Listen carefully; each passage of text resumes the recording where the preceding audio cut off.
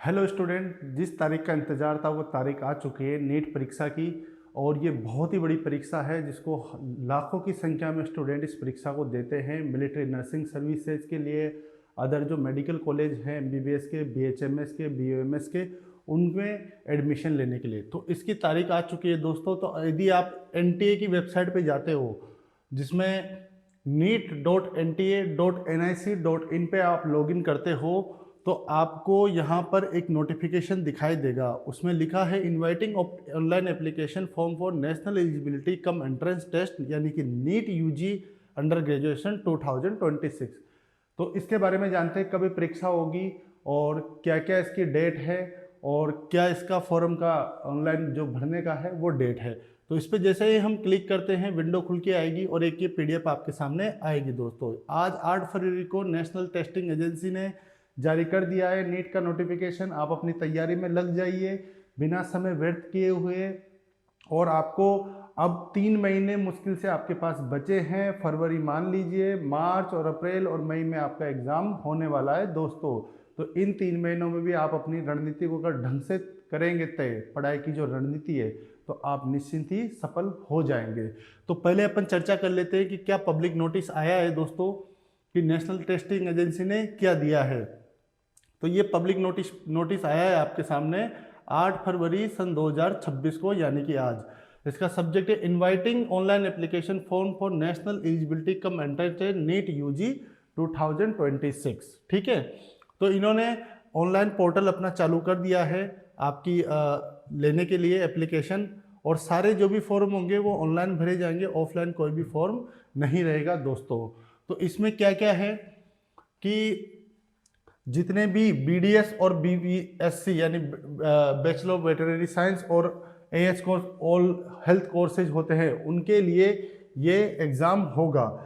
इसमें BMS, BOMS and BSMS course of the Indian system of medicine in all medical institution governed under this act NUT UG shall also be applicable to admission to the BHMS course under the National Commission for Homeopathy। यदि आप इन subject में मतलब इस course में भी आप admission लेना चाहते हो तब भी आपको नीट की यूजी क्लियर करना पड़ेगा यानी कि क्वालिफाइड आपको नीट करना पड़ेगा। और साथ ही साथ इसमें आप एक और चीज़ देखेंगे यहाँ पे कि मिलिट्री नर्सिंग सर्विस यानी कि MNS aspirant seeking admission to BSc nursing course being conduct at arm force medical service hospital for the year 2026 are required to qualify for NEET UG. The NEET UG course will be use for selection to the 4-year BSc nursing course. यानी कि अगर आपको arm force medical service के जो hospital में जो आपकी BSc nursing होती है एमएनएस जिसको मिलिट्री नर्सिंग सर्विस बोलते हैं, बहुत अच्छी रेपुटेशन वाली जॉब है देश सेवा की। इसमें भी यदि आपको सिलेक्शन लेना है तो भी आपको नीट दोस्तों क्वालिफाई करना होगा। इसी की मेरिट लिस्ट के आधार पे ही उसमें आपका सिलेक्शन होगा। अब जो मुद्दे की बात है वो है कि 3 मई 2026 को ये महापरीक्षा आयोजन होने वाली है पूरे भारतवर्ष में। और इसके इंटरनेशनल सेंटर भी है जहाँ पे ओसीआई यानी कि ओवरसीज सिटीजन ऑफ इंडियन जो एनआरआई है वो भी इस परीक्षा को वहाँ पे देते हैं। तो ये एग्ज़ाम होगा दोस्तों आपका 180 मिनट का। ठीक है, 180 मिनट का एग्ज़ाम होगा यानी कि 3 घंटे का। और ये परीक्षा का टाइम बहुत शानदार रखा है एनटीए ने, 2 बजे दिन के दोपहर के 2 बजे से एग्ज़ाम चलेगा 5 बजे तक इंडियन स्टैंडर्ड टाइम के अनुसार आईएसटी। यदि आप दुबई में भी सेंटर चूज कर रहे हैं इसका, लेकिन एग्ज़ाम आपका इंडियन टाइम के अनुसार ही होगा, वो आप अपना कैलकुलेट कर लीजिएगा। तो 2 बजे है, आप आराम से सो के उठ के सेंटर पे भी आप एक दिन पहले पहुंच जाइए। यदि आपका सेम सिटी में सेंटर नहीं मिलता है, कहीं दूर मिलता है, तो मेरा कहना है आपसे कि 2 मई को ही आप उस सेंटर पहुंच जाओ शाम तक कैसे भी करके, और अपना सेंटर एक बार देख लीजिए कितना किलोमीटर दूर है जहां आप स्टे कर रहे हैं, ताकि आपको सुबह दिक्कत ना आए कि ऑटो ढूंढ रहे हैं आप, आपको साधन नहीं मिल रहे। मान लीजिए किसी कारणवश वहाँ नेट ऑफ कर दिया गया तो आप ऑनलाइन एप्लीकेशन भी यूज नहीं कर पाएंगे, गूगल मैप वगैरह।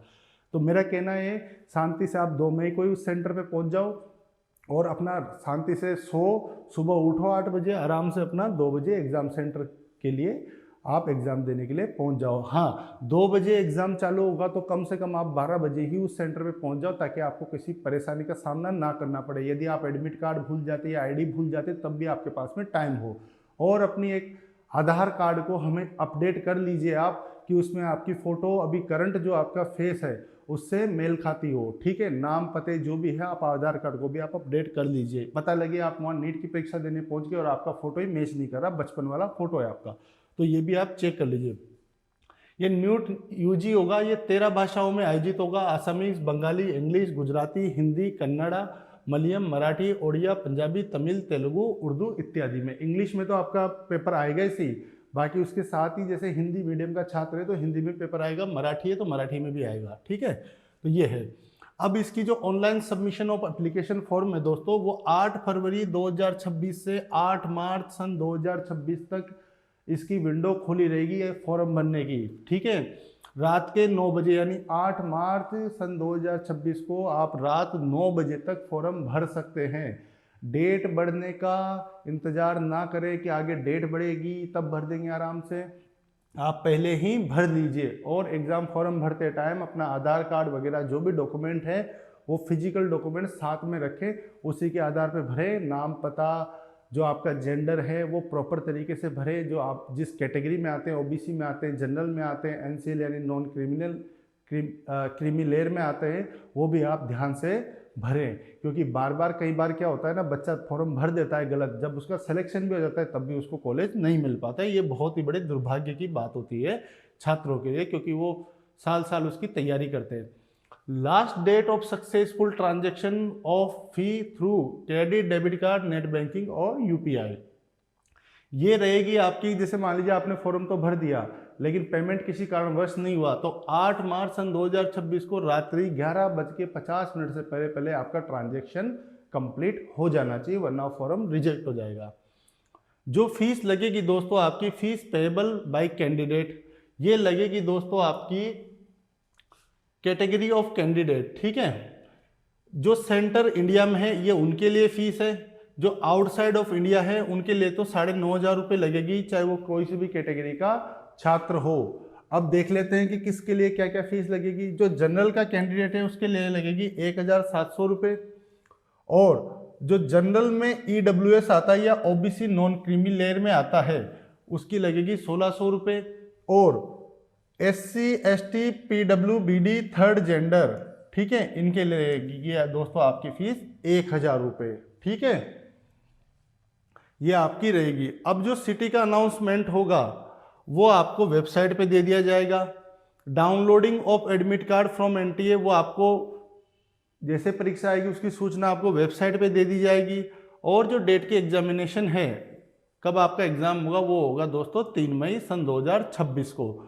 ड्यूरेशन रहने वाला है आपका 180 मिनट का, यानी 3 घंटे का। टाइम ऑफ एग्जामिनेशन आपकी रहने वाली है दिन के दोपहर के 2 बजे और से 5 बजे तक, ताकि आप सवाल भी ना उठा पाए कि सुबह 8 बजे एग्जाम था, हम कैसे पहुंचे। और ट्रेनें हमेशा लेट होती है, कुछ न कई बार लेट होती है, बस भी लेट होती है, पंचर हो जाए, कुछ भी हो जाए, आपको पहले ही पहुंच जाना है, तूफानी नहीं करनी है, अन्यथा उसका परिणाम आपको ही भुगतना पड़ेगा। ठीक है, अब centre of NEET UG 2026 examination as indicate on the admit card पे आपका लिखा आ जाएगा। Display of recorded response and answer key ये भी अनाउंस हो जाएगी वेबसाइट पे। कहाँ पे आप फॉर्म भर सकते हो, ये वेबसाइट दोस्तों इन्होंने लिख दी। रिजल्ट का अभी इन्होंने कुछ नहीं बताया है कि रिजल्ट कब आएगा, रिजल्ट के लिए वेबसाइट पे इनकी इंफॉर्मेशन दोस्तों आ जाएगी। ये तो हुई आपकी एग्जाम की कि कब आपका एग्जाम होगा, कितने पैसे आपको लगेंगे। एक बार फिर देख लीजिए, जनरल के लिए 1700 रुपये, general AWS OBC non criminal के लिए 1600 रुपये, और SC ST PWD और थर्ड जेंडर के लिए 1000 रुपये। और बाकी आउटसाइड ऑफ इंडिया में आप एग्जाम देना चाहते हो दूसरे देश में नीट का, तो 9,500 रुपये उसके लिए फीस निर्धारित की गई है दोस्तों। अब आगे बढ़ते हैं, और क्या दिया गया है इस PDF में, फटाफट से जान लेते हैं, फिर कुछ नीट परीक्षा के ऊपर भी चर्चा करेंगे कि आप क्या गलतियां करते हो। ठीक है, हाँ जी। Candidate can apply for NEET UG through online mode only through the website. ठीक है, कोई फॉर्म ऐसे पेपर वाला फॉर्म नहीं चलेगा, सीधा इसकी वेबसाइट पे होएगी। Submission of the online application form may be done by accessing the NTA website. The application form in any other mode will not be accepted. ठीक है. Candidate has to upload recent passport photograph, address proof, scanned signature, etc. For detailed information, please read the information bulletin carefully. Information bulletin की भी जो form भरना है, कैसे भरना है, उसमें मैं एक सेपरेट वीडियो बना दूंगा दोस्तों. अब देख लीजिए कि only one application is to be submitted by a candidate. आपको एक बच्चे को एक ही फॉर्म भरना है, 2 फॉर्म नहीं भरने हैं दोस्तों, वरना दोनों ही रिजेक्ट हो जाएंगे. Candidate must strictly follow the instruction given in the information bulletin on the NTA website. Candidate not complying with the instruction shall be summarise disqualified. यदि आप उनके इंस्ट्रक्शन को नहीं मानेंगे तो आपको एग्जाम से डिस्क्वालीफाई कर दिया जाएगा. ठीक है. अब एक महत्वपूर्ण बात मैं आपको बताने वाला हूं दोस्तों, जो हर बच्चा गलती करता है. हर साल हजारों की तादाद में बच्चे गलती करते हैं. क्या गलती करते हैं मैं आपको बताता हूं. सबसे पहले फॉर्म भरते टाइम आपको एक खाली कागज लेना है और एक पेन लेना है. ठीक है. उस पर पहले तो आपको अगर ईमेल आईडी है तो आपको उसका पासवर्ड पता होना चाहिए, और उस ईमेल आईडी से कौन सा मोबाइल नंबर एसोसिएटेड है वो भी आपको पता होना चाहिए, और वो चालू होना चाहिए. मान लीजिए कल को आप ईमेल आईडी का पासवर्ड भूल जाते हैं तो उसको पासवर्ड आप क्रैक कर सकें. दूसरी चीज़, जो आप इन्फॉर्मेशन डालोगे फॉर्म में आपका मोबाइल नंबर, वो मोबाइल नंबर आपका चालू अवस्था में होना चाहिए. ये नहीं कि वो मोबाइल सिम कार्ड बंद है या उस पर इनकमिंग चालू नहीं है, रिचार्ज चालू नहीं, तो बाद में आपको दिक्कत का सामना करना पड़ सकता है. ठीक है. तो candidate must ensure that email address and mobile number provided in the online application form are their own parents guardian only. All information communication will be sent by NTA through email on registered email address or SMS on the registered mobile number only. आपको cyber cafe वाला का email ID phone number उसके नहीं डालना है, या तो parents के डालिए या कोई गार्जियन आपका है उसके डालिए, या फिर आप अपना खुद का डालिए. लेकिन ईमेल आईडी के पासवर्ड आपको पता होने चाहिए, क्योंकि स्कोर कार्ड वगैरह उस पर आएंगे, बाद में आप भूल जाएंगे तो दिक्कत हो जाएगी. क्योंकि जो एब्रॉड में एडमिशन लेते हैं उन बच्चों के साथ बड़ी समस्या आती है दोस्तों. वो स्कोर कार्ड डाउनलोड कर लेते हैं, उसको फिर घुमा देते हैं, बाद में उनको स्कोर कार्ड नहीं मिलता है, क्योंकि NTA 2 साल बाद उस डाटा को डिलीट कर देता है. वो बच्चे परेशान होते हैं. तो candidate who desire to appear in NEET UG 2006 may see the detailed information bulletin available on the website. ठीक है. ये सारा चीज इसमें दिया गया है दोस्तों. ये तो होगी फॉर्म की बात. अब आपने क्या करना है कि आपने जो आप परीक्षा देते हो दोस्तों, उसमें क्या करना है कि अभी आपके पास 3 महीना बचा है. आप अगर थोड़ा बहुत भी पढ़े हैं और थोड़े बहुत भी आपके कॉन्सेप्ट मतलब क्लियर हैं, तो भी आपके पास 3 महीने का वक्त है. लगभग परीक्षा से आप आराम से क्लियर कर सकते हैं नीट को. यदि आप सही रणनीति बना के काम करेंगे तो निश्चिंत आपको सफलता होगी. और मेरा ये मानना है कि ज़्यादा मेहनत करने से सिलेक्शन नहीं होता है. सही दिशा में और सही रणनीति से काम करने से ही सिलेक्शन होता है. वरना ज़्यादा पढ़ने वाले बच्चे हर साल सिलेक्शन ले जाते हैं. लेकिन कई बच्चे मैंने ऐसे भी देखे हैं कि जो एवरेज स्टूडेंट थे, लेकिन लास्ट में उन्होंने अपनी जो स्ट्रेटजी अपनाई कि कहाँ हम कमज़ोर हैं, उन्होंने खुद का एनालिसिस किया. जो एक कठोर जो कड़वा सच है कि मुझे क्या नहीं आता, वो एक कागज़ पे लिखो और उस पर एनालिसिस करो कि मुझे ये टॉपिक कैसे क्लियर करने हैं. ठीक है. कोई टॉपिक नहीं छोड़ना है. कभी ये नहीं सोचना है कि ये टॉपिक तो नहीं आएगा, 1 नंबर का है, क्या ही फर्क पड़ जाएगा. लेकिन दोस्तों एक ही नंबर से रैंक लाखों से हजारों से लाखों में पहुंच जाती है, और 1 नंबर के चक्कर में आपको गवर्नमेंट मेडिकल कॉलेज रहने से चूक जाते हो आप. क्योंकि यदि आपके पास करोड़ों रुपए नहीं हैं दोस्तों, तो आपको गवर्नमेंट कॉलेज ही आपका सहारा है आगे MBBS की पढ़ाई के लिए या दूसरी अदर कोर्सेज में एडमिशन के लिए, मेडिकल की पढ़ाई के लिए.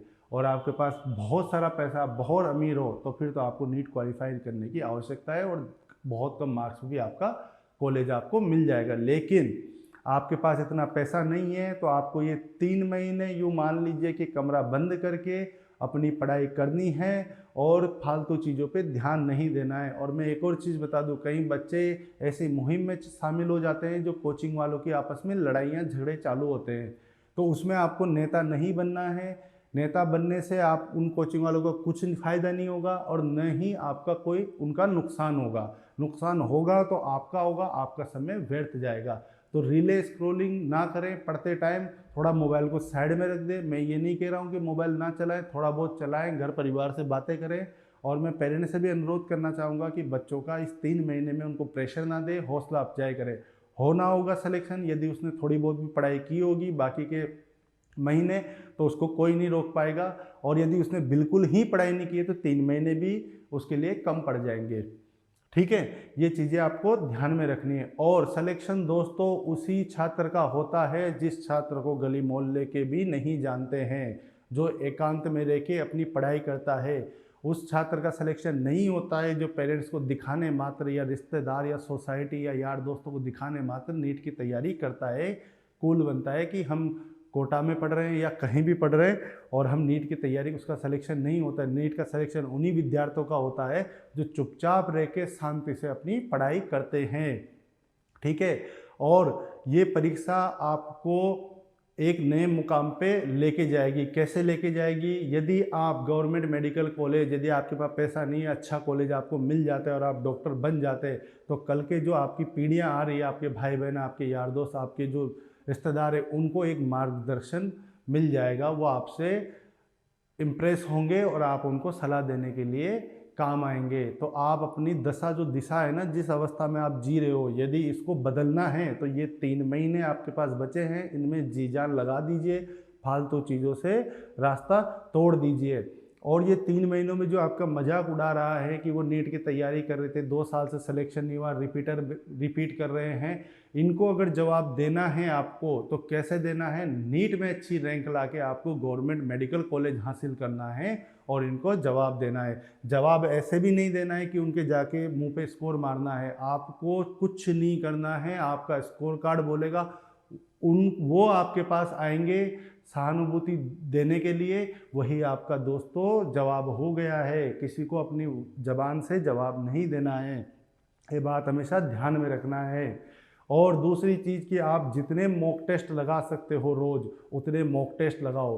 पुराने, अगर आपके पास कुछ भी संसाधन मौजूद नहीं है, कोई कुछ भी नहीं है, तब भी आप, गूगल तो होगा आपके पास में, जिस मोबाइल से भी आप मेरी ये वीडियो देख रहे हैं उस मोबाइल पे, गूगल पे आपको कई सालों के प्रश्न पत्र मिल जाएंगे। वो डाउनलोड करिए, उनका प्रिंट आउट निकालिए, बहुत कम कीमत पे निकल जाएंगे। और एक आंसर की जो होती है ना OMR सीट, उस OMR सीट को भी प्रिंट आउट निकालिए और पेंसिल से गोले भरिए ईमानदारी से, फिर उसका एवल्यूशन कीजिए कि कितने मैंने आंसर सही किए और मैं किस क्वेश्चन में फंसा था, उसको सोल्व करिए। आपको रोज यूँ मान लो एक मॉक टेस्ट देना है, 90 दिन बचे, 90 दिन में 90 मॉक टेस्ट भी लगा लिए तो यूँ मान लो आपके 90 नंबर तो वहीं बढ़ गए, क्योंकि प्रश्न रिपीट होते हैं, उससे मिलते जुलते ही आते हैं।